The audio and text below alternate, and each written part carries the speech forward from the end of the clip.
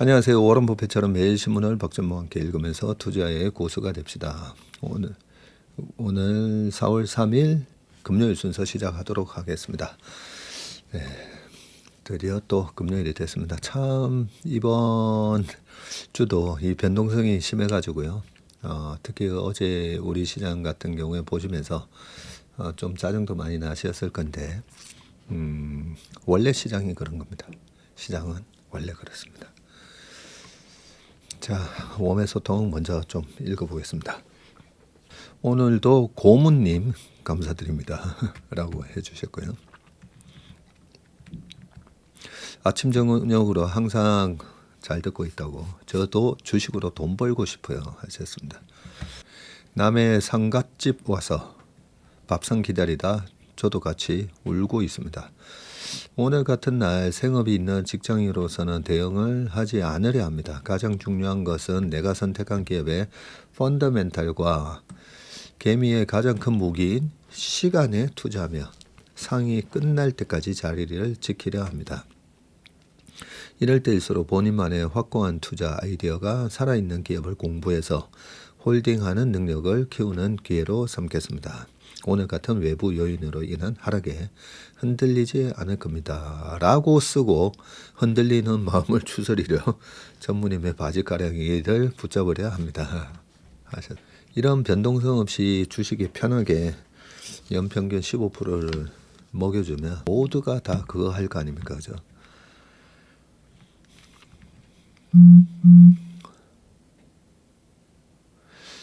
지난주 화요일에 체슬리 모닝 브리핑 들으면 공부하라고만 했는데 그 이후 방송 듣고는 저도 고모처럼 일임하고 싶다고 그러더니 오늘 일임 계약하고 왔다고 본인 일에 더 집중하고 주식 공부에 더 진심을 담아 해보겠다는 조카가 기특했습니다. 젊은 친구들이 빨리 뭔가를 이루려 하는데 어제 회의실 제일 왼쪽 끝자리 앉으면서 떡 사들고 그 조카분이시군요.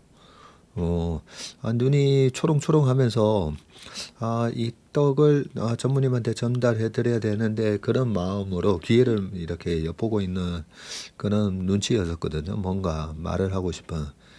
그래서 제가 웜의 신박 찍고 다시 오겠다 해놓고 어제 그 월간 전망 자료도 안 되고 해서 막 엄청 고생했었거든요. 고생하다가 나가봤더니 너무 늦어서 그런지 갔었는데 우리 조카분하고 함께 저녁에 한번 오십시오.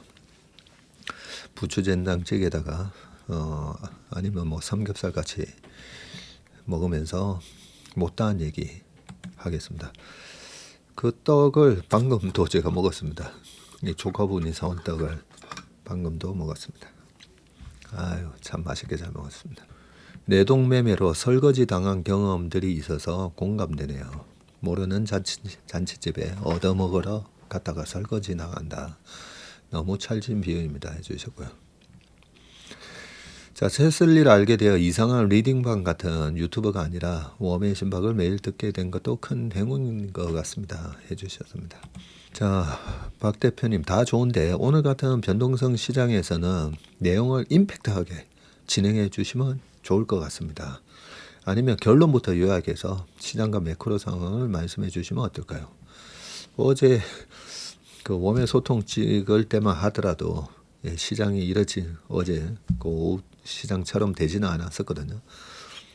그러고 점심 약속이 있어서 점심 먹고 와서 봤더니 시장이 또 그렇게 엉망진창이 돼가지고 아마 처음 앞부분 들으셨던 분들은 이런 시장에 뭔가 어떻게 해야 돼 이런 얘기부터 좀 해줬으면 좋았을 텐데 하는 아마 아쉬운 마음을 가지셨을 겁니다. 그죠? 그래서 시장이 조금 급변동할 때는 웬만하면 시장과 관련된 얘기 집중적으로 좀 할 수 있도록 하겠습니다.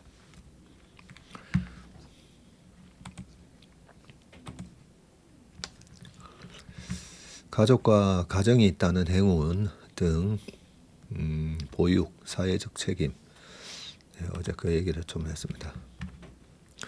김장 쫓기가 너무 신박하고 귀엽다고 하셔가지고 한번 동대문 시장이나 한번 나가서 그것도 괜찮을 것 같아요. 그죠? 아니면 KBS에 얘기해가지고 그거 쿠팡에 없는 게 없으니까 쿠팡에다가 시키면 되겠네요. 김장 쫓기 해가지고. 그죠? 슬슬 시장이 좀 싫어지려고 하는데 이 또한 큰 자산으로 자랄 소중한 경험이겠죠. 네, 그러니까요. 오늘도 평화를 빕니다. 해주셨고요. 어제 아이들에게 이상무의 봄이라는 시를 보냈는데 둘 다 어리둥절한 반응을 보여서 개면적었습니다. 철마다 보내면 아비의 마음을 이해하겠지요. 역대급 변화무쌍한 장을 경험하고 있습니다. 프로도 아마도 다 힘든 장입니다. 네, 맞습니다.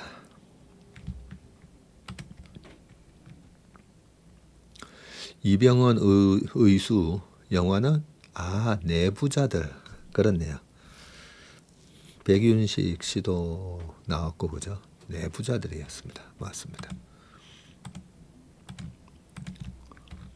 그 영화도 제가 뭐 직접 본 적은 없어가지고 유튜브에서 그 요약본 그런 걸 좀 보다 보니까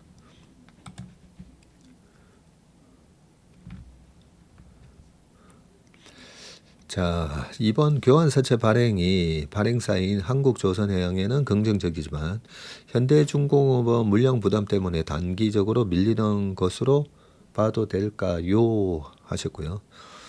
네, 펀더멘탈은 괜찮다는 기사 내용이지만 당장은 수급 논리가 더 강하게 작용하는 것 같아서 전문님 의견이 궁금합니다. 특히 해외 헤지펀드들이 최대 1%의 낮은 이자와 할증된 가격이라는 조건에도 물량을 받아갔다는 건 그만큼 업사이드 가능성을 높게 본다는 신호로 해석해도 무리가 없을까요? 만약에 저한테도 이 똑같은 조건의 교환사채를 사겠느냐라고 연락이 와서면 저는 살 것 같습니다. 말씀하신 대로 그 교환사채니까 주식 수가 늘어나는 것도 아니고 그죠?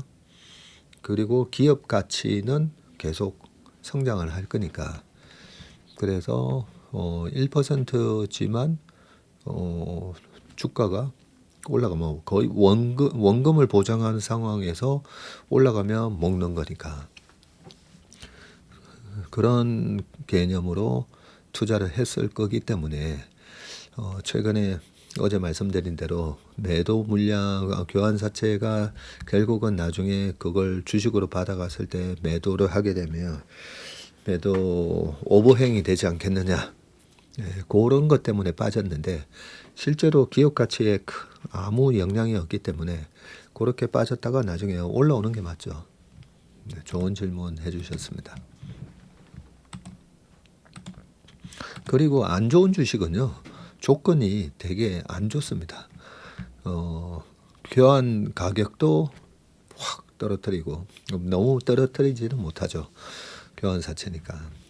그러니까 여러 가지 조건이 안 좋을 수가 있는데 그 발행 조건 보면 회사가 나중에 주가 오를 거야. 네, 이런 자신감이 보이죠. 벚꽃이 활짝 핀 봄을 아낌없이 볼 수 있어 이 또한 행운 같습니다. 손녀를 보기 위해 2주간 호주살이 갑니다. 와, 주식으로 부자 됩시다. 도서 주식 입문한 딸아이 선물로 챙겨갑니다. 하셨군요. 와, 호주 잘 다녀오시길 바라겠습니다. 다정한 남편과 밝은 아이, 곁에 계신 부모님과 아담한 보금자리까지 돌이켜보니 참 많은 것을 가졌음에도 어제는 남편에게 철없는 불만을 쏟아냈었네요. 오늘 마리아 수녀원 이야기를 들으며 제 행동을 깊이 반성했습니다. 하셨습니다. 네. 당연하게 여겼던 일상의 소중함을 일깨워 주셔서 감사합니다. 더 큰 감사와 미안함으로 오늘을 채워가겠습니다. 하셨습니다. 네. 제 댓글로 저도 복에 겨워 불평불만 덜어 했네요. 헐, 난 또 물을 탔는데 하셨는데 어제 물 잘 타셨죠, 그죠? 우리 제주 아가야지의 발달 장애인들 하나같이 천사들입니다. 그렇게 태어났는데 아무 죄 없는데 세상에서 괄시와 멸시가 되기도 합니다. 요즘은 그래도 많이 좋아지긴 했지만 그래도 일반 사람들은 그들과 함께하는 거 싫어하죠. 늘 마음이 짠합니다. 하셨습니다. 저도 주식으로 얻은 수익이 매달 꾸준히 이익 실현될 때마다 내가 투자할 수 있는 자금이 있고 이렇게 수익이 나는 것이 나에게 주어진 축복이라는 생각이 들 때가 많습니다. 그래서 작은 기부지만 아이들을 후원하기 시작했는데 그러면서 제 인생의 부의 본질에 대해 생각해보고 결국은 인내하는 자의 계좌에 들어온 부가 높은 데서 낮은 데로 흘러가고 채워지고 또다시 흘러오는 인생의 이치가 있다는 것을 느끼게 됩니다. 요즘은 투자가 더 건강해지고 진실해지는 기쁨이 있습니다. 아마 우리 채밀턴 분들은 오른손 몰래 돕는 왼손을 가지신 분들이 많고 세상을 따뜻하게 만드시고 계실 거라는 생각이 듭니다. 네.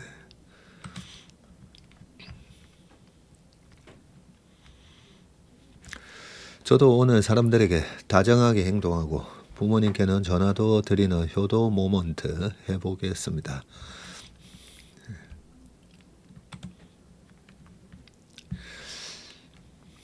KBS 다큐 천상의 엄마 시청하겠습니다. 주식으로 부자 됩시다 책을 미국에 거주하다 보니 저는 혹 전자책이 나오면 조금 기다리고 우선 한 권은 해외 배송으로 주문하려고 합니다. 가까운 곳에 주식을 격하게 하시는 분이 있어서 얼른 선물로 조심스레 주려고요. 네. 전자책도 나오고 그 오디오북 있잖아요. 오디오북도 나올 겁니다. 우리 신부장이 저는 지수가 5,000에서 5,300 부근에서만 매수하려고 하고 있습니다. 네, 좋은 전략인 것 같습니다. 자, 들으면서 다시 한번 제가 보유하고 있거나 유심히 보는 기업들을 곱씹어 보게 되는 답변이어서 감사하다고 하셨고 오늘 트럼프의 입에서 촉발된 변동성이 또 발생했네요.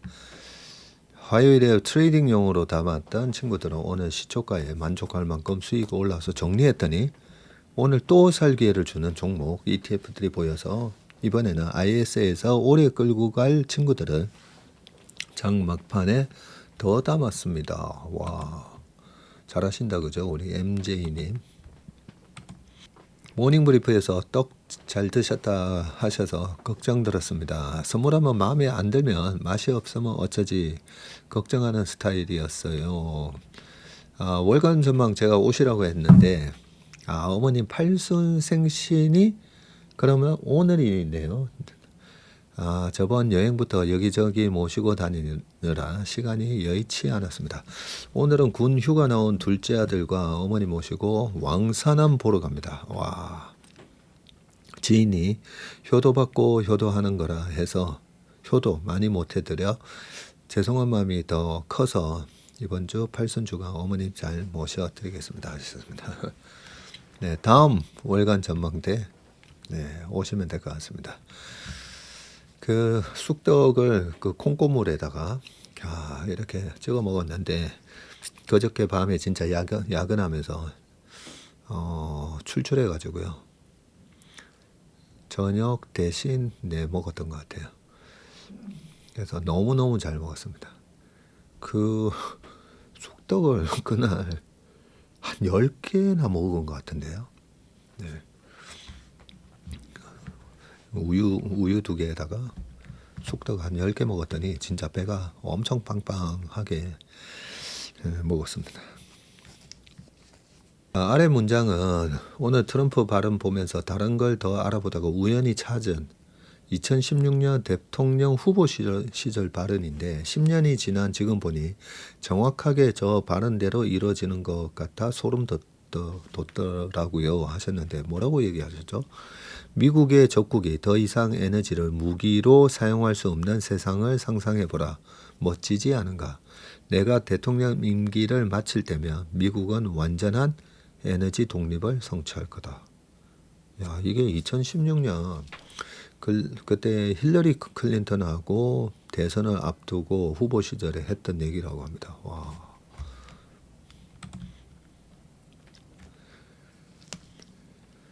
자, 질문이 있습니다. 21년 여름쯤에 일임 투자자들에게 계좌의 자금을 인출해 가라고 하신 것으로 알고 있습니다. 그렇듯이 앞으로 상승장에서도 더 이상 수익 낼 종목이 거의 없다고 판단하시는 국면에서는 일임 투자자들에게 맡기신 자금을 인출해 나가길 권고하시는 것인지요.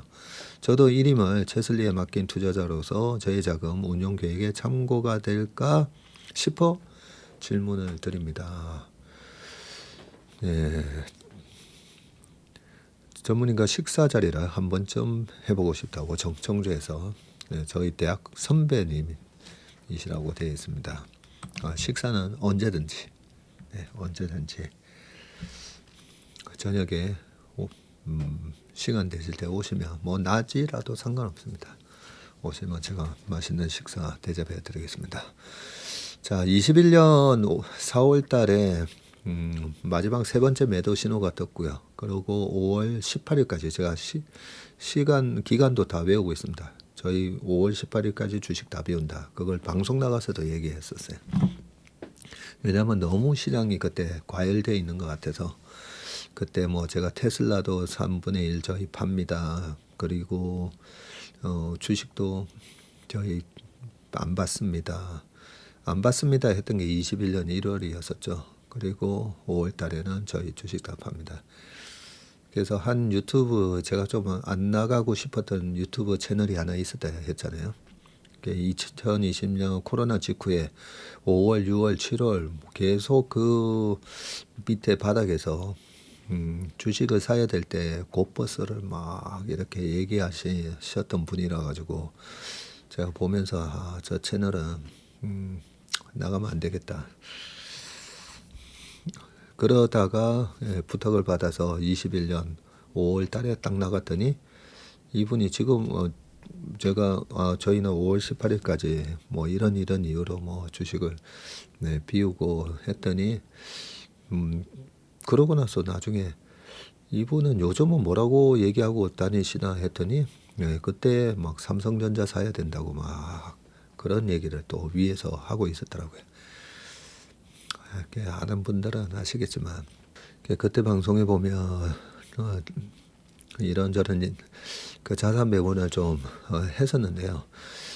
그러고 나서 제가 1년 뒤에 되게 후회했다고 했잖아요.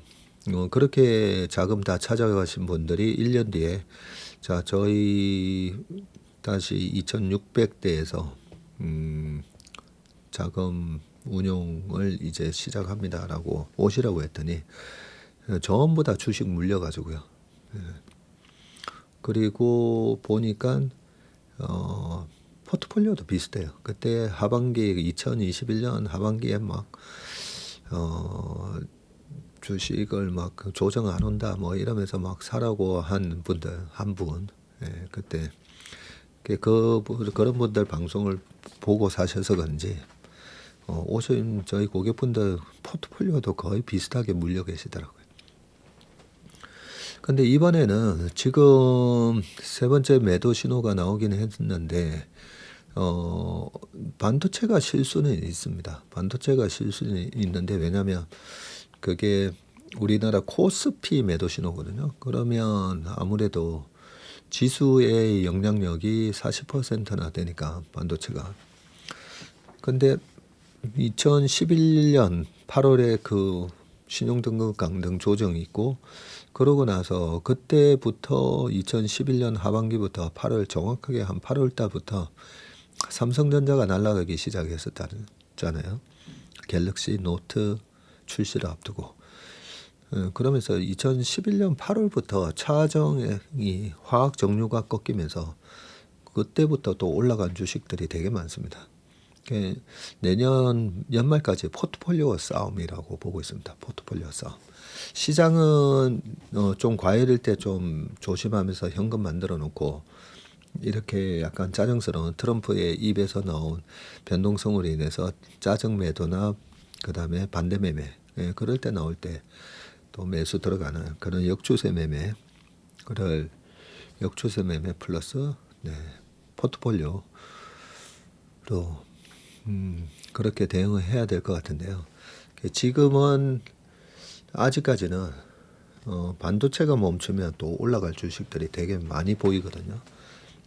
그래서 저희 나름대로는 지금 자산 배분을 하고 있는데 고객분들한테 뭐 돈 찾아가라고 하는 거는 랩 계좌 같은 경우에는 어차피 목표 전환형은 목표 달성하면 또 딱 뺐다고 빼고 쉬니까 또 시장이 빠져주고, 그래서 목표 전환형 같은 경우는 굉장히 짭짤하게 수익이 날 것 같고요. 일임은 저희가 나름대로 방금 말씀드린 대로 자산 배분을 좀 하고 있습니다. 조금 적극적으로 이제 현금을 만들어가는 거는 4월 말에서 5월 초부터 현금을 좀 적극적으로 만들어갈 생각입니다. 그 현금을 만드는 이유가 이 주도주의 변화가 혹시 있을 수 있고요. 그리고 이번 여름에 또 월드컵이 있잖아요. 6월 달부터. 그런 월드컵 기간에는 또 저처럼 축구를 좋아하는 사람뿐만 아니라 축구를 안 좋아해도 많이 보시잖아요. 그러면서 또 시장이 약간 이 더울 때는 시장이 좀 지금처럼 이 변동성이 지속되는 그런 장이 될 수가 있기 때문에 현금을 어느 정도 만들어 놓으면 어제 같은 장이라든지 3월 초와 같은 장이 발생하면 또 수익 찬스가 되니까요. 제가 전라도에서 김치 하는 거 봤는데요. 김장을 밖에서 비닐을 널찍하게 깔아놓고 하는데 추우니까 꽃다지 조끼를 입고 하더라고요. 그래서 그걸 김장조끼라고 하는군요. 여기저기 조금씩 기부하고 있지만 투자해서 수익을 얻어 보육원에서 자립하는 아이들 도와주고 싶은 게 꿈입니다. 이렇게 공식적으로 쓰는 건 부끄럽지만 스스로 약속하기 위해서 좋은 일에 대한 부분은 좀 말이 앞서도 됩니다. 그래야 내가 한 말 때문에 지키게 되니까요. 그죠? 실천력이 워낙 뛰어난 분은 오히려 얘기 안 하고 그냥 조용히 실천하는 게 제일 좋고요. 근데 그게 좀 자신이 없을 때는 좋은 일이다 생각하면 나 거기 갈게. 나도 할게. 이렇게 말을 해버리면 웬만하면 좀 말을 지키기 위해서라도 하게 되니까 그죠.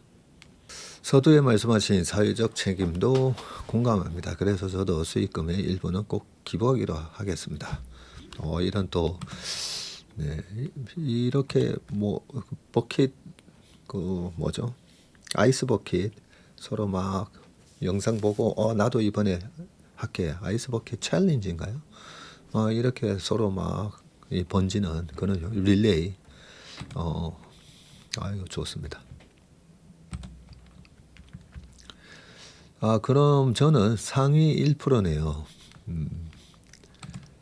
대단하십니다. 보내주신 강의는 모두 듣고 있습니다. 조기 축구 선수로 주식 매매하지 않고 프로 선수로 매매하기 위해서 어스에서 교육받고 있는 초보입니다. 퇴직하고 늦게 시작했지만 열심히 공부하고 싶어요. 지금 어스에서 하는 이 프로그램 따라 하시면 일단 조기 축구 레벨에서는 가서 공 좀 찬다 소리 들을 수 있을 정도로 주식 좀 하네? 그런 소리 아마 들으실 수 있을 겁니다. 코로나 때 유튜브 보면서 주식 시작해서 5, 6천 수익이다가 그것이 마이너스가 돼도 팔지 않고 지금까지 가지고 있었더니 수익이 나서 채슬리 찾아가려고 했는데 갑자기 수익이 또 6천이 어디로 날아가서 또 못 가고 있어 마음이 아파요 하셨습니다. 주식으로 부자 됩시다. 당연히 내용이 좋을 거로 짐작됩니다만 타이틀이 너무 근데 타이틀을 이걸 우리가 뭐 말을 뱅뱅뱅뱅 돌려서 얘기하면 그냥 그 스트레이트하게 얘기해 봐봐 이런 얘기 하잖아요. 그래서 어떻게 보면 우리가 다 주식으로 부자 되고 싶은 거잖아요. 그리고 부자가 될 수 있는데 안타까운 거죠. 네, 그러면 이 책 제목이 의미하는 바가 나 주식 투자 오래 했는데 왜 나는 주식으로 부자가 못 됐지? 네, 우리가 놓치고 있는 것들이 꽤 몇 가지가 있습니다. 어떻게 보면 왜 주식으로 나는 또 부자가 못 됐을까에 대한 그런 부분들. 왜 많은 분들이 주식을 하시다가 이런 저런 실수가 몇 가지가 있잖아요. 그런 부분을 이제 다룬 내용이 많다 생각하시면 될 것 같습니다. 갓생쇼 잠깐 보는데 첫 부분에서 왠지 전문의 표정이 살짝 마음에 안 드는 표정 같아요. 좀 어색해가지고 꼭 이런 걸 입고 해야 되나 했었는데 많은 분들이 좋아해 주셔가지고 괜찮네. 나름대로 그 PD 분들이나 작가분들도 많이 고민을 하고 했을 건데 그죠? 무겁지 않게 방송을 할 수 있어서 좋은 효과가 있는 것 같습니다. 월간 전망 좀 듣고 돌아가는데 고 부장님의 터보 콘터와 반도체의 비전 강의 잘 들었습니다. 우리 고 부장이 또 와가지고 그죠? 어제 월간 전망에서 삼성전자 반도체 얘기를 많이 해줬습니다. 고수들이 3전 팔았네요. 유튜브에서 연일 3전 앞으로 대박 터진다고 그렇게 얘기한 것 같은데요 하셨는데 어제 신문 기사가 그랬습니다. 신문 기사 내용을 보면 그죠? 어제 아침 장 시작했을 때 그 1%의 고수들이 주식 삼성전자를 팔았다. 그리고 뭘 샀다. 그렇게 돼 있었는데 그 판 분들은 또 어제 장 마감 무렵에 전자일에 밀리는 거 보고 틀림없이 또 샀을 거예요 아마. 왜냐하면 최근 그 주식 고수 1%라는 게 최근 한 달 수익률을 갖고 한 거거든요. 최근 한 달 수익률이면 최근 한 달이 3월 초부터 해가지고 엄청 이 대꼬박고 장이었잖아요. 그 대꼬박고 장에 오르면 팔고 떨어지면 사고 그런 좀 트레이딩을 적극적으로 하신 분들이 아마 수익률이 높았을 거고 그래서 그 상위 1% 최근 한 달 수익률 상위 1%는 어제 시초가에도 삼성전자 팔았다. 그게 어제 기사의 제목이었죠. 밑에 잘 대댓글로 잘 설명을 해주셨네요. 미래에셋증권에서 고수의 판단 기준은 전달 수익률 상위에 위치했을 경우를 말하는 겁니다. 포지션에 따라 매달 고수는 달라지고 그죠? 어느 시점으로 끊어서 보느냐에 따라서 고수가 됐다가 하수가 됐다가 이렇게 바뀌게 돼 있습니다. 자, 내가 주식으로 번 돈을 적게나마 기부를 하는 게 좋았는데 내가 쓴 돈을 버는 기업에서도 기부를 하신다고 하니 돈은 배움에도 쓰고 기부도 하게 되는 것 같아서 2배로 뿌듯합니다. 인턴은 계속 할 생각이었지만 더더욱 계속해야 되겠네요. 하셨습니다. 오늘 KB 가서 목표 전환형 랩 가입하고 왔는데 가입 도와준 직원이 트럼프가 채슬리 랩 가입하는 것 같다고 KB 직원들 사이에서는 그런 말이 돈다고 합니다. 채슬리 목표 전환형 들어갈 때마다 트럼프가 주가를 떨어뜨려줘서 그런가 봐요. 땡큐 트럼프라고 해야 하나요? 그래도 전쟁은 반대입니다. 희한하게 요즘 저희가 이 왔다 갔다 하는 장에 선순환을 좀 타고 있습니다. 트럼프도 고객이라는 반전이 싼 가격에 담는다는 것이 이런 것이구나 생각하게 됩니다. 물론 돌아서면 잊어버리더라도 다이어리의 기록을 보니 뭔가 깨닫게 되는 듯 합니다. 일단 경제활동에 주식 투자까지 하다 보니 심심할 틈이 없네요. 하셨고요. 트럼프는 얼마나 좋을까요? 자기 한마디에 세계 경제가 아주 출렁출렁하니까. 트럼프 입에 놀아나는 주식시장에 투자 지속 의미가 있나요? 잠시 중단하는 것도 방법. 전문가가 필요 없는 시장이네요 하셨는데, 이런 뭐 주식이 어려운 이유가 여러 가지 세계적인 정세에 주가가 놀라서 빠졌다가 올라갔다가 막 그러지 않습니까? 그죠? 네, 항상 그렇습니다. 주식시장은 항상 그렇다는 거. 네. 어제도 미장에서 8% 수익 냈는데 팔고 나니 오늘 많이 내리네요. 미장도 내릴 때마다 줍줍합니다. 오, 잘하셨습니다. 삼성 SDI, 스페이스X 우주 배터리 동맹 나선다. 오, 이런 기사도 나왔었군요. 기초 강의에서 추천하셨던 돈의 심리학이 많은 도움이 되네요. 주식 기초 강의에 제가 읽어야 될 책들 리스트 쭉 또 말씀드렸잖아요. 그죠? 투자에서 변동성은 거의 언제나 수수료이지 벌금이 아니다. 와, 이런 또 좋은 말이 거기 있었군요. 저도 까먹고 있었습니다. 300번째 엄지척. 왠지 이 사소함에 기분이 좋아지는 단순함. 이건 뭘까요? 하시고요. 채슬리 자주 들어오다가 최근에야 본격적으로 인턴 가입했습니다. 역시나 투자의 기본 자세를 배울 수 있어서 감사한 요즘입니다. 웜의 신박 이름은 무슨 약자일까요? 네, 아니 시작할 때마다 제가 그러잖아요. 워런 버핏처럼 매일 신문을 박전무와 함께 읽으면서 투자의 고수가 됩시다. 웜의 신박. 웜의 소통은 여기까지 하고 이제 신문기사 읽어보도록 하겠습니다. 자, 첫 번째 기사 보겠습니다. 이란 석기시대에 엄포한 트럼프 하르그섬 초토화되면 생길 길 해가지고 기사가 나오는데, 자, 트럼프 대통령이 대국민 연설에서 이란과 합의가 이루어지지 않을 시에는 석기시대로 되돌리겠다 선언하면서 이 페르시아만에 자리한 이란 석유 거점인 하르그섬에 온 시선이 쏠리고 있습니다. 이 섬을 초토화할 수 있다고 위협해온 트럼프 대통령의 엄포가 현실이 될 경우에는 유가가 배럴당 150달러로 치솟는 등 걷잡을 수 없는 후폭풍이 일 것이라는 분석인데, 이것 때문에 어제 우리나라 시장이 많이 빠졌었죠. 자, 트럼프 대통령은 이날 향후 2, 3주 동안 맹렬한 타격을 가해서 그들을 석기 시대로 되돌려 놓겠다. 우리는 이란의 유전시설만큼은 아직 공격하지 않았다. 이란 원유 수출의 90%가 이루어지는 이 하르그섬이 표적이 될 수 있다는 분석이 나오는 이유고요. 트럼프 대통령은 하르그섬을 공개적 전면 파괴 대상에 올리기도 했습니다. 지금 여기 사진에 보시는 게 유럽 우주국 지구 관측 위성이 촬영한 이란 하르그섬입니다. 요 가운데가 보니까 뭐 석유 저장 시설 이런 게 많이 보인다, 그죠?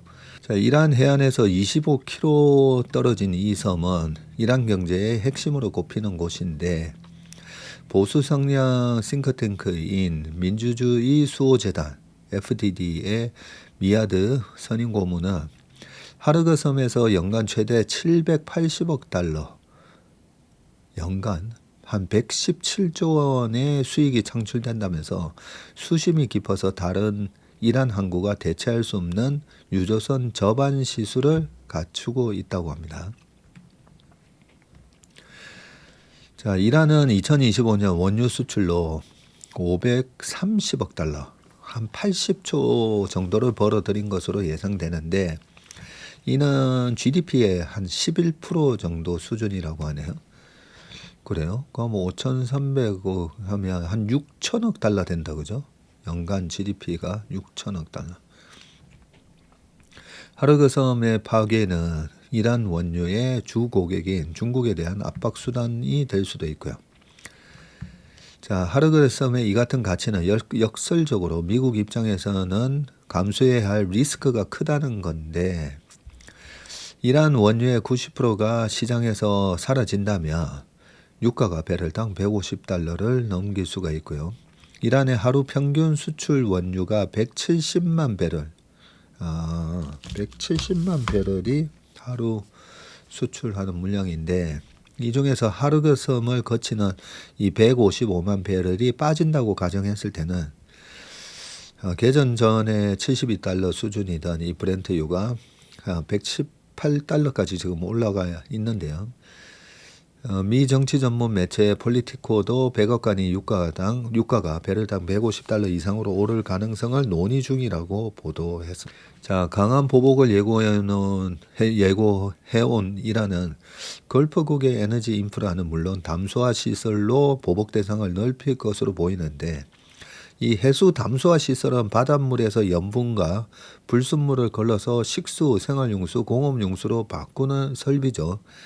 물이 부족한 걸프 국가에서는 이 생명줄과 같은데, 중동 지역이 전 세계 해수 담수화 역량의 40% 이상을 차지하고 있습니다. 이란과 바레인은 각각 지난달 7일과 8일 자국 담수화 시설이 공격받았다고 주장한 바가 있습니다. 하르그섬의 원유가 공습으로 인해서 바다로 유출될 경우에는 환경 파괴도 우려스러운 대목이고요. 최대 3천만 배럴을 저장할 수 있는 이 하르그섬에서 대규모 유출 사태가 발생하면 피해는 섬 주변에 국한되지 않을 것으로 보이고요. 자, 평균 수심이 35에서 40m에 불과한 이 페르시아만은 해수 체류 시간이 무려 858일에 달한다고요?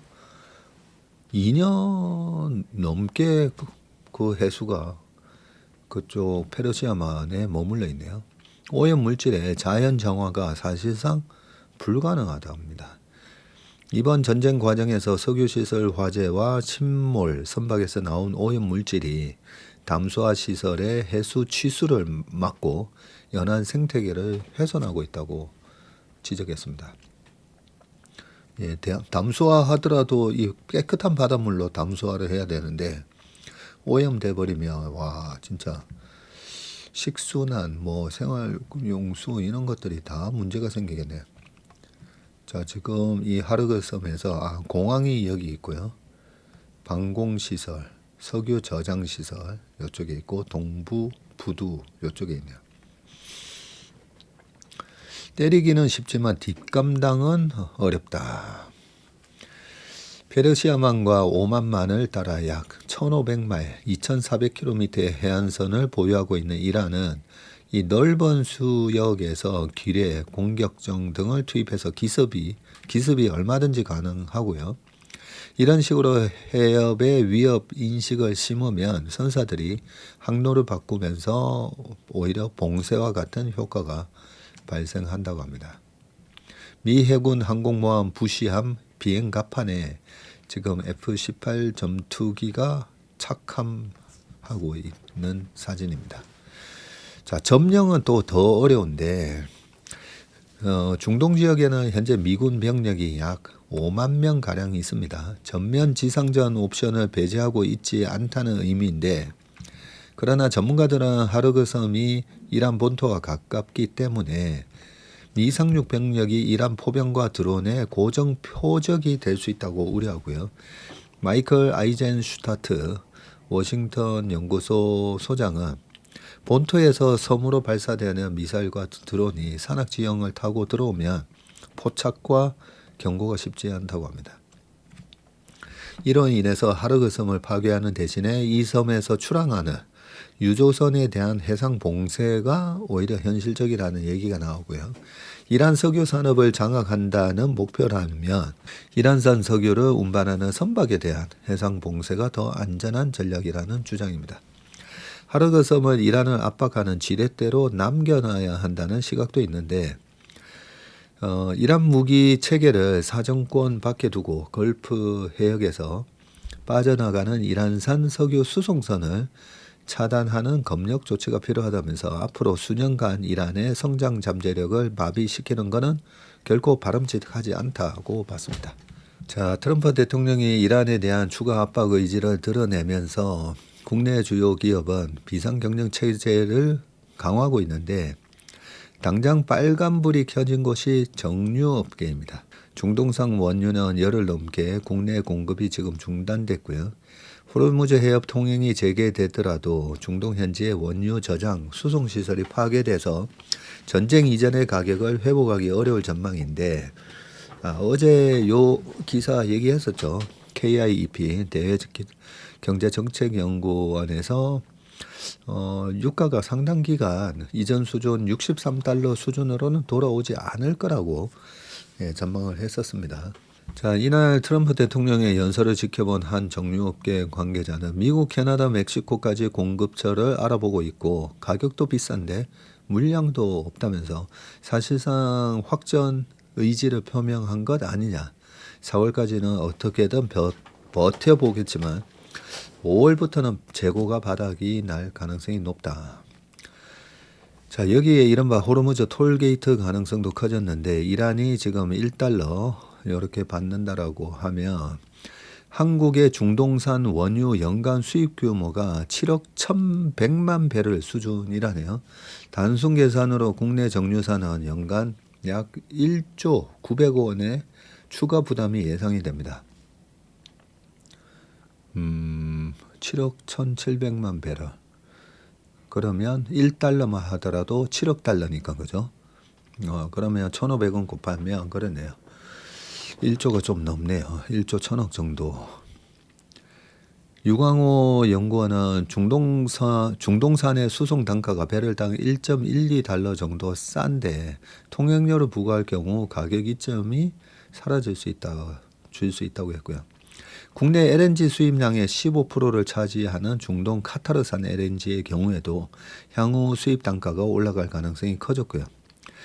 현재는 수송 책임과 부대 비용을 카타르에서 부담하는 것으로 계약이 돼 있고 추후 계약 갱신 시에는 이러한 조건이 변경될 수 있다고 말했습니다. 자, 석유화학 업계에서는 나프타 수급 불안과 비용 상승 영향으로 일부 업체는 이 나프타 분해 설비, 이 NCC 가동률을 지금 60%까지 낮췄고요. 일부 기업은 고객사에다가 불가항력 선언 가능성도 통보한 상황입니다. 김태환 석유정책실장은 정부도 전쟁이 장기화하는 시나리오를 고려해서 5월부터 수요 관리에 들어갈 예정이라 단기적인 대응은 가능하다면서도 6월이 넘어가면 심각한 상황이 예상된다고 했습니다. 건설업계에도 불똥이 튀었고요. 석유화학 제품을 원료로 쓰는 주요 자재의 가격이 오른 데다가 현장 장비의 연료비도 올라갑니다. 중동 전쟁 외의 요인도 작용했지만 현대건설은 최근 서울 은평구 그리고 강서구, 송파구 이 재개발 조합에 공문을 보내서 자재비 상승 등을 반영한 공사비 증액을 요청하기도 했습니다. 물류 비용 상승으로 해운 항공업계도 비상이 걸렸고요. 상하이 컨테이너 운임 지수가 지난달 27일 기준으로 1826, 한 달 전에는 1333이었는데 와 많이 뛰었네요.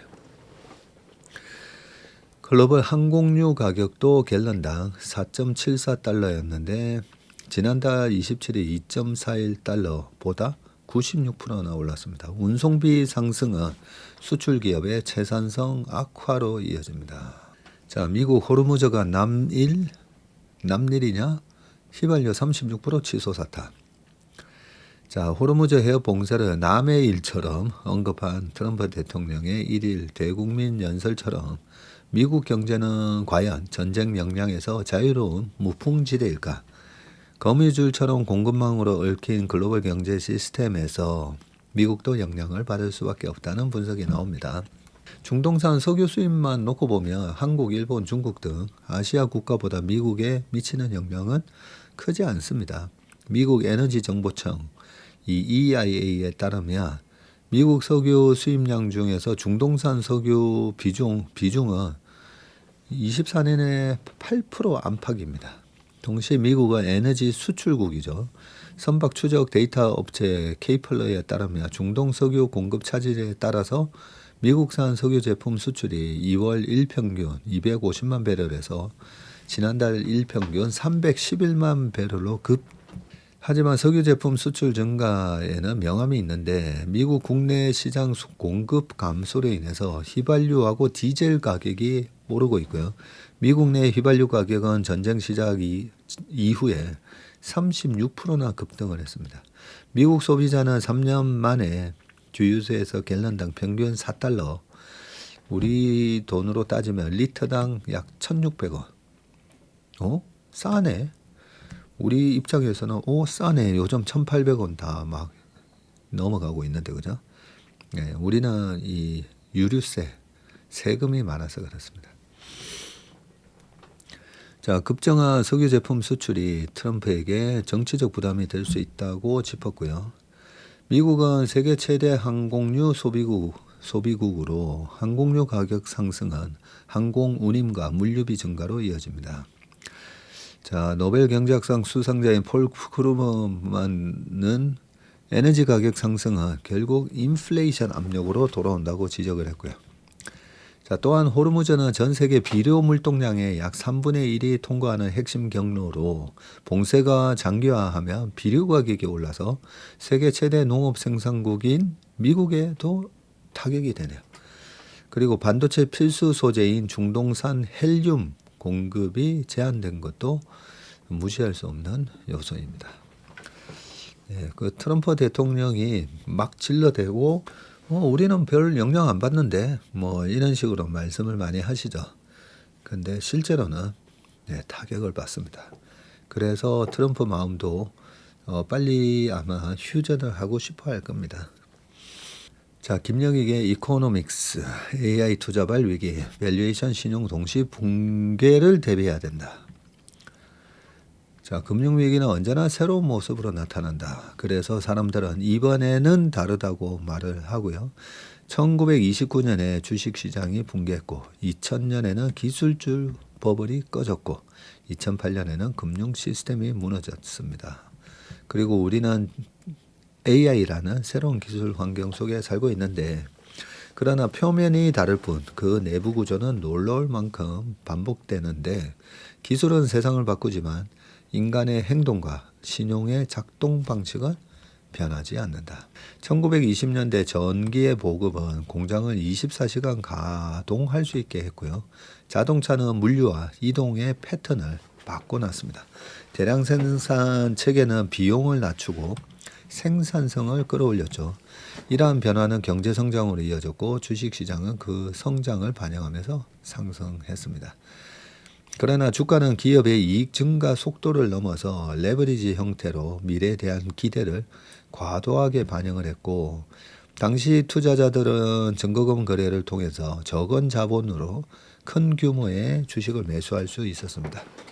주가가 오를수록 더 많은 사람이 빚을 내서 투자했고 이는 다시 주가 상승으로 이어지고 자, 지금 이 그림은 빨간색이 AI 거품 때 지금이고요. 그 다음에 주택 거품은 2004년에서 2010년 네, 보라색. 그리고 요게 색깔 하나가 잘못됐다 그죠?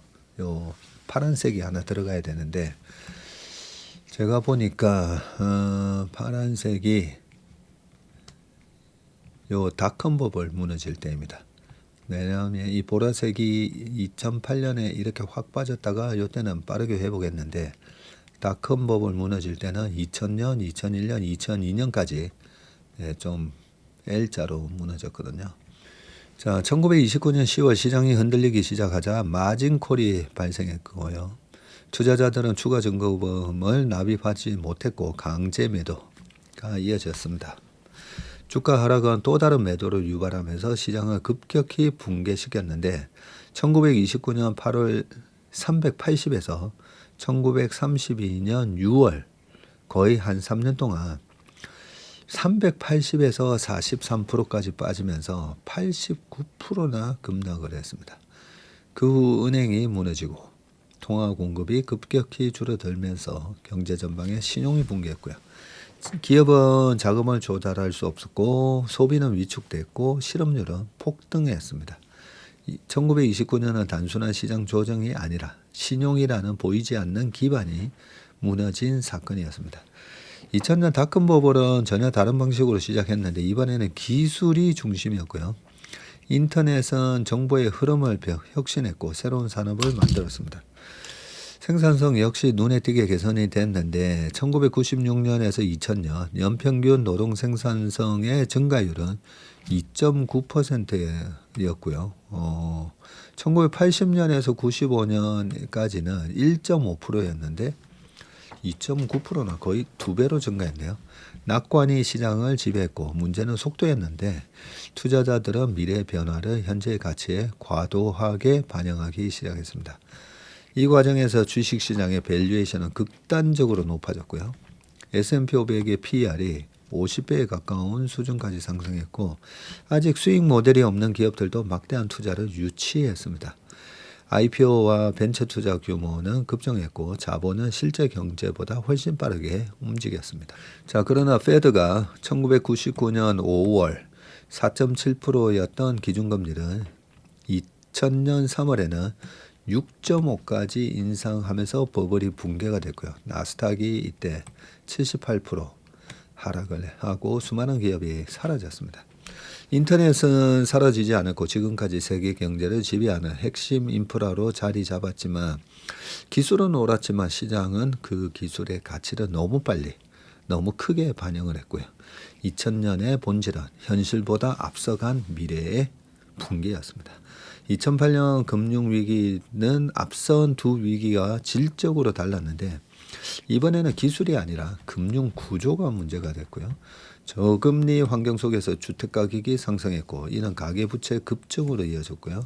이 부채는 금융상품으로 재구성되면서 시스템 전체로 확산이 됐습니다. 대출은 이 주택저당증권 MBS로 다시 부채담보부 증권으로 전환이 됐고요. 이 과정에서 위험이 복잡하게 분산이 됐습니다. 금융기관은 위험이 줄어들었다고 믿었고 이는 더 높은 레버리지를 가능하게 했습니다. 문제는 이 구조가 지나치게 복잡하고 동시에 지나치게 취약했다는 점인데 주택가격이 하락하기 시작하면서 연체율이 상승을 했고요. 금융기관의 자산가치가 급격히 훼손됐습니다. 은행 간 신뢰는 붕괴했고 자금시장은 얼어붙었고 2008년은 단순한 자산가격 조정이 아니라 그것은 금융 시스템 전체가 작동을 멈춘 사건이었습니다. 네, 나스닥 무너질 때랑 그리고 주택가격 빠질 때랑 네, 파란색이 주택가격입니다. 현재 우리는 AI를 중심으로 한 새로운 전환점에 서 있고 AI는 단순한 기술이 아니라 산업구조와 생산성을 재정의하는 플랫폼입니다.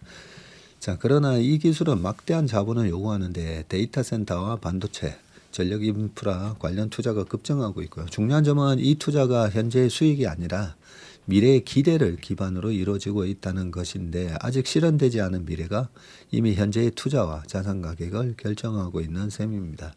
이 과정에서 신용이 다시 확대되고 있고 특히 사모 신용 시장은 AI 투자와 결합하면서 새로운 레버리지 구조를 형성을 하고요. 이는 기대에 기반을 둔 밸류에이션 확대와 보이지 않는 신용 축적이라는 이 두 가지 위험을 동시에 내포합니다. 그런 점에서 2006년은 2000년의 버블 구조와 2008년의 신용 구조가 결합한 국면이라고 할 수 있습니다.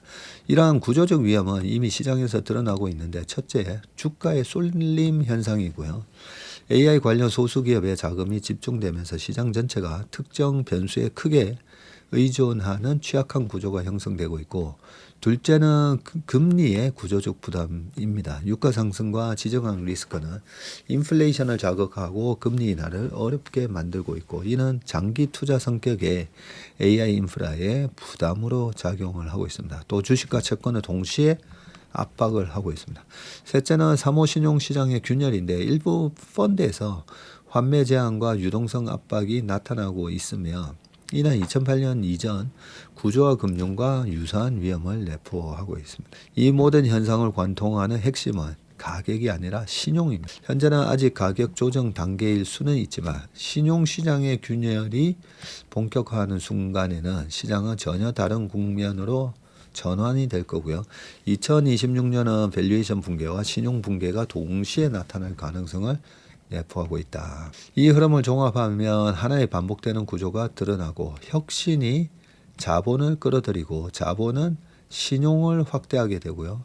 신용은 가격을 또 밀어 올리게 됩니다. 그리고 가격 상승은 과신을 낳고 그 과신은 결국 붕괴로 이어진다는 거죠.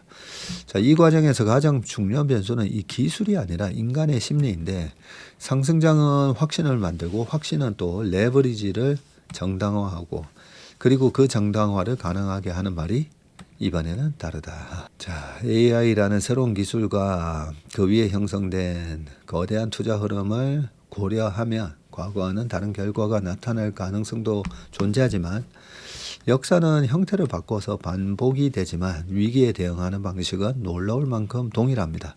각 경제 주체는 최악의 상황을 가정하고 준비하는 것이 더 현실적인 선택일 수 있다는 겁니다.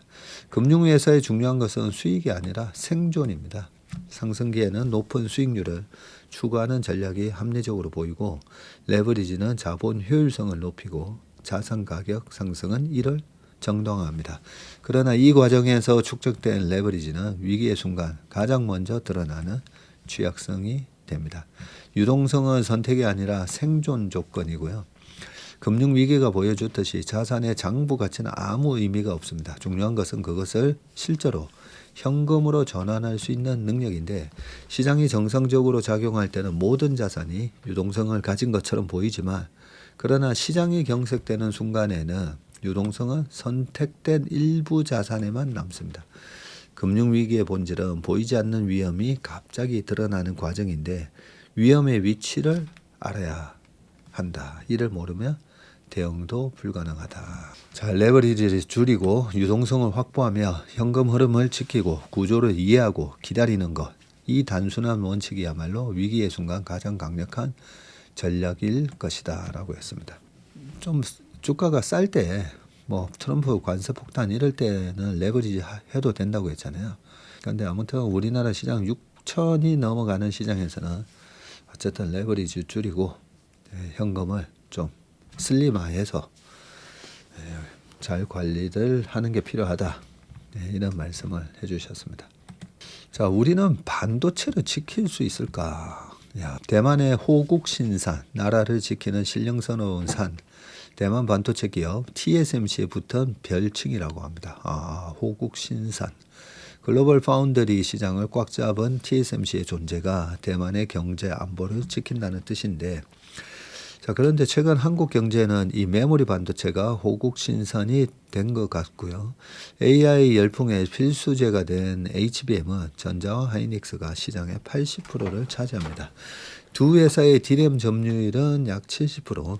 지경학에서 말하는 대체 불가의 존재감이고 이란의 호르무즈 해협이 대만에 TSMC가 있다면 한국에는 메모리 반도체가 있는 셈인데 이란은 호르무즈 해협을 걷고 있고 대만은 TSMC, 한국은 삼성전자, 하이닉스. 이란 전쟁으로 세계 경제가 얼어붙는 와중에도 3월 수출이 역대 최고치를 달성한 것도 전년보다 1.5배가 늘어난 반도체 때문이었습니다. 자, 대외 여건은 유리하지 않고요. 우선 G2인 미국과 중국의 야심이 맹렬한데 중국은 반도체 자립을 2026년에서 2030년 경제계획의 핵심 과제로 선정을 했고요. 이를 위해서 천문학적인 돈과 정책적 지원이 투입됩니다. 이 계획이 무서운 건 중국이 한다면 한다는 것을 중국 제조 2025에서 입증했기 때문이고요. 11년 전에 제조 강국을 목표로 내건 이 계획을 통해서 중국은 전기차, 드론, 로봇에서 이미 세계적 강국이 됐습니다. 자, 미국은 어떤가? 반도체 설계는 미국, 생산은 동아시아라는 국제 분업 전략에서 미국 내 직접 생산으로 오히려 돌아섰고요. 마이크론이 올 1월 인건비 비싼 뉴욕주에다가 신규 공장을 착공한 것이 단적인 사례입니다. 착공식에서 메모리 반도체 생산 기업에는 두 선택지가 있는데 100% 관세를 내거나 미국의 공장을 짓는 것이라고 했던 하워드 러터닉 상무장관의 압박 소리가 귀에 쟁쟁합니다. 최근에는 테슬라 일론 머스크가 미국 텍사스에서 직접 반도체를 생산하겠다고 뛰어들었고요. 자, 바깥도 문제이지만 우리 내부 상황도 시급한데 첫째, 어떻게 인재를 확보할 것인가. 반도체도 결국 사람이 하는 일이기 때문이고요. 지금은 의대가 블랙홀처럼 우수 학생을 빨아들이고 있고 이미 양성된 인력 이탈도 심각하다고 합니다. 미국과 중국 기업들이 수억 원의 연봉을 제시하며 당겨가고 있고요. 한국은 이미 선진국 가운데 AI 인재 순유출이 가장 높은 그룹에 속합니다. 성과와 보상이 일치하지 않는 보상체계 왜곡 탓이 크고요. 사회 전반의 평등주의를 성과주의로 바꿔가야 한다. 자, 둘째는 어떻게 상생의 노사관계를 구축할 것인가 이고요. 초정밀과 고객 신뢰가 필수인 글로벌 경쟁에서 버티기가 쉽지 않다는 뜻인데 TSMC, 인텔, 엔비디아에는 아예 노조가 없다고요. 셋째, 정치권의 이기적 개입을 어떻게 차단할 것인가. 네, 이런 얘기를 하고 있습니다. 중국의 반도체 자립 목표 기한은 2030년인데 공교롭게도 2030년은 이재명 대통령의 임기 마지막 해다. 앞으로 4년을 어떻게 보내느냐에 따라 한국 반도체 산업의 명운이 달라지고 기업과 정부, 정치권이 모두 힘을 모으는 국가 총력전이 필요하다. 호국 신사는 그저 만들어지는 게 아니다. 자, 마지막 기사입니다. 결국 통행료 엔딩 호르무즈 톨게이트 전망에 증시가 뛴 이유. 네, 어제 미국 증시가 다우만 소폭 마이너스고 플러스로 끝났어요. 그죠? 자, 이 호르무즈 해협 사진입니다. 네, 요 좁은 요 해협을 지나가야 되다 보니까 그리고 이란에 걸쳐져 있는 이 해안선이 2,400km나 된다고 되어 있죠. 가리바바디 이란 외교부 차관은 선박 통행을 제한하는 게 아니라 안전한 통과를 보장하고 서비스를 개선하기 위한 것이라고 그러면서 통행료를 얘기하네요. 자, 이런 뉴스에도 불구하고 시장은 이 소식이 전해지자마자 급반등을 했는데 전날 알맹이가 없던 트럼프 대통령의 대국민 연설 이후 구체적인 종전 계획을 원했던 시장의 기대가 후퇴하면서 증시가 급락하고 유가는 폭등했는데 이를 단숨에 되돌린 건데 자유항행하던 해협에 통행료를 매긴다는 이 어불성설 같아 보이는 시나리오에도 증시가 일단 반등한 이유가 뭘까? 통행료 모델이 정말 들어선다면 어떻게 될까? 전 진짜 그것은 미군 철수가 아닌 호르무즈의 정상화다라고 되어 있는데 전쟁이 끝나는 것과 호르무즈 해협이 정상화하는 것은 완전히 다른 문제라는 거죠. 트럼프 대통령 발언 해협을 열어두는 책임은 이용국들에게 있다라고 하면서 장기 지상전에 대한 우려가 줄면서 증시가 반등을 했음에도 유가는 여전히 높게 유지가 되고 있는데 골드만삭스는 최근 반등은 펀더멘탈이 아닌 수급 요인 때문이어서 지속되기 어렵다고 분석을 했고요. 주가 하락에 대비하던 헤지펀드의 숏포지션과 기관 투자자들의 해치가 한꺼번에 되돌려지고 월말 연기금 리밸런싱과 옵션 시장 구조 등이 겹치면서 기술적인 반등이 크게 나왔다는 겁니다. 악재보다 호재에 더 민감해진 시장이 진짜로 모든 게 좋아져서 오른 것이라기보다는 너무 비관적이어서 되돌린 것에 가깝다는 뜻입니다.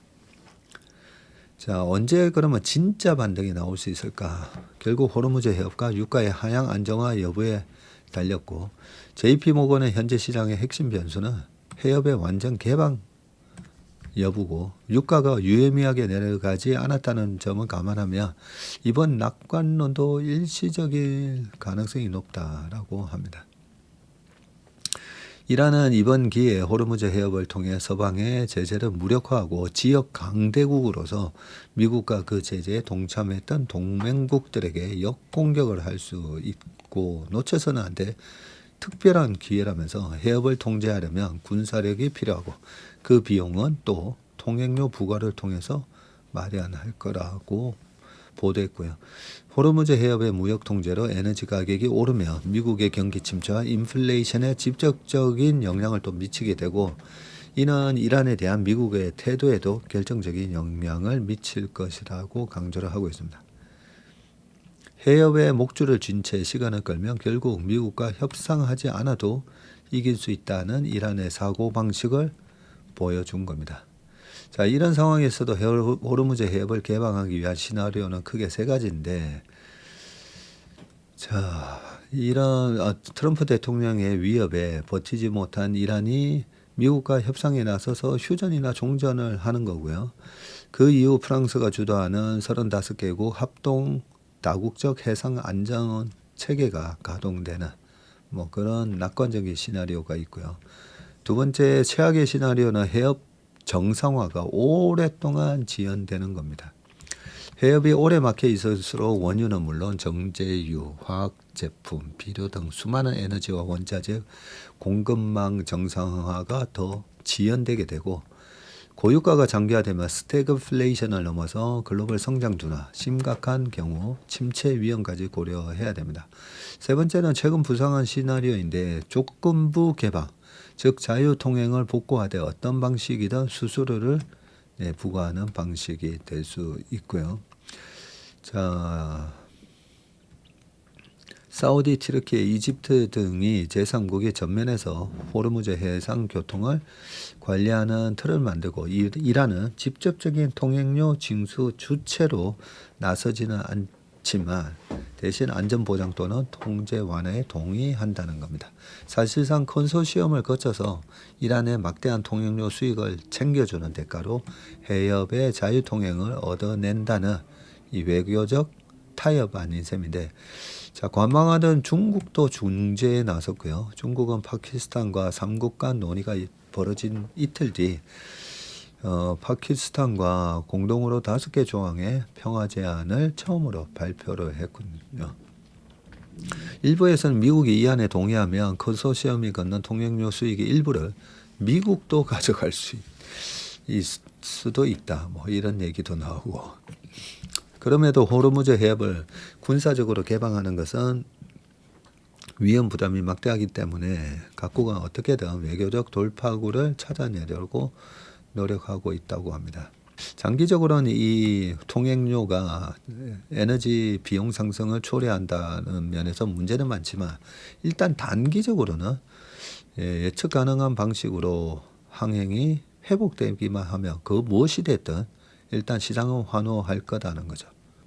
자, 유가가 오르는데도 미국의 증시가 상승 반전한 것도 바로 이런 배경입니다. 통행료는 안 좋다는 정치적 차원의 인식이 최소한 단기적으로는 시장에는 통하지 않았고, 에너지 흐름이 풀리기만 하면 된다는 증시의 바람이 얼마나 간절한지도 알 수 있는 대목이었다고 볼 수가 있습니다. 자, 이제 투자자들은 호르무즈 해협이 열리느냐 안 열리느냐를 넘어서 어떻게 열리는지, 어떤 전후 질서가 쓰일지도 주목해야 하고요. 이뿐 아니라 이제 해협이 정상화하더라도 모든 것이 전쟁 이전으로 회복되기는 어려울 가능성이 높습니다. 자, 앞으로 투자자들은 에너지와 원자재를 조달할 때 가격과 효율성보다는 안보를 더 우선해야 하는 시대에 직면하고, 그만큼 안보 프리미엄이 붙어서 원자재 가격이 이전보다 높아질 가능성도 있고, 향후 더 높은 에너지 가격과 자산 인플레이션, 고금리 환경이 고착화된다면 투자자 입장에서는 장기적으로는 강한 가격 결정력과 튼튼한 잉여 현금 흐름, 대체 불가능한 실물 자산과 독점적 기술을 보유한 우량 기업들에 보다 주목할 필요가 있다라고 되어 있습니다. 그래서 약간 내러티브로 오르는 주식은 최근에 확 빠지고, 오히려 실적을 보여주는 주식은 이 변동성은 있지만 오히려 조금씩 시세로 회복해 갈 가능성이 높은 것 같습니다. 한 주간 마음고생하시고 변동성 심한 장에 좀 짜증도 나고 하셨을 건데, 이 모든 것이 다 시간이 지나가면 다 잊혀집니다. 다 잘 될 겁니다. 그런 생각하시면서 이 아름다운 봄날을 만끽하시는 그런 행복한 주말 되시길 바라겠습니다. 고맙습니다.